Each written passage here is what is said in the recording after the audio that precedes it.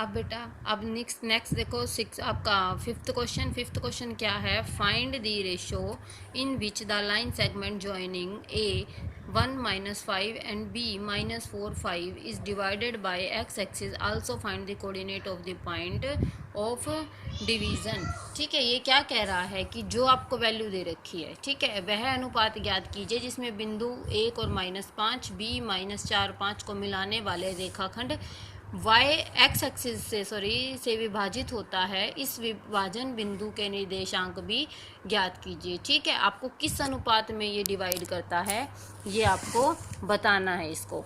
ठीक है बेटा, अब इसमें भी ऐसे ही बना लेंगे हम वैल्यूज़। क्या बना लेंगे, आपके 2 पॉइंट बनेंगे, यहाँ से यहाँ तक आपके 2 पॉइंट्स, एक ए पॉइंट बन गया आपका। ठीक है, ए पॉइंट में आपका क्या है 1 और -5 है। सेकंड पॉइंट आपको दे रखा है उसको 4 और 5। ठीक है, और बीच में इसने कहा एक्स एक्सिस पर। ठीक है, आपको पहले बताया था एक्स एक्सिस, एक्स पे कौन सी, अगर यहाँ आए या यहाँ एक्स पे कौन सी संख्या आती है, जब आपका वाई क्या होता है, आपका 0 होता है, तभी आपकी एक्स पे वैल्यू आती है। तो इसका मतलब क्या आ जाएगा, एक्स और 0, वाई 0 होगा तभी तो आपकी वैल्यू आएगी। और इसको उसी डिस्टेंस फार्मूले में आप पुट कर देंगे।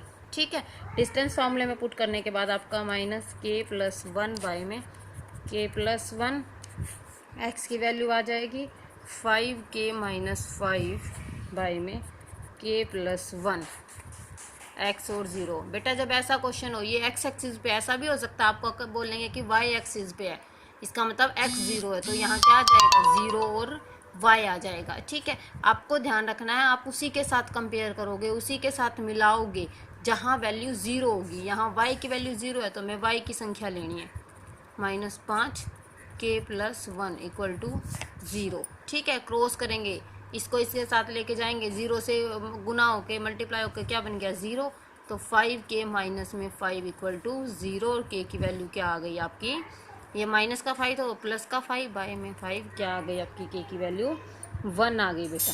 ठीक है, अब आपका जो अनुपात है वो क्या बन गया, आपका अनुपात बन गया 1:1 का, 1:1 बन गया। इसी वैल्यू को, जो आपकी वैल्यू आई है ना, यहाँ के की जगह पुट कर देंगे आप।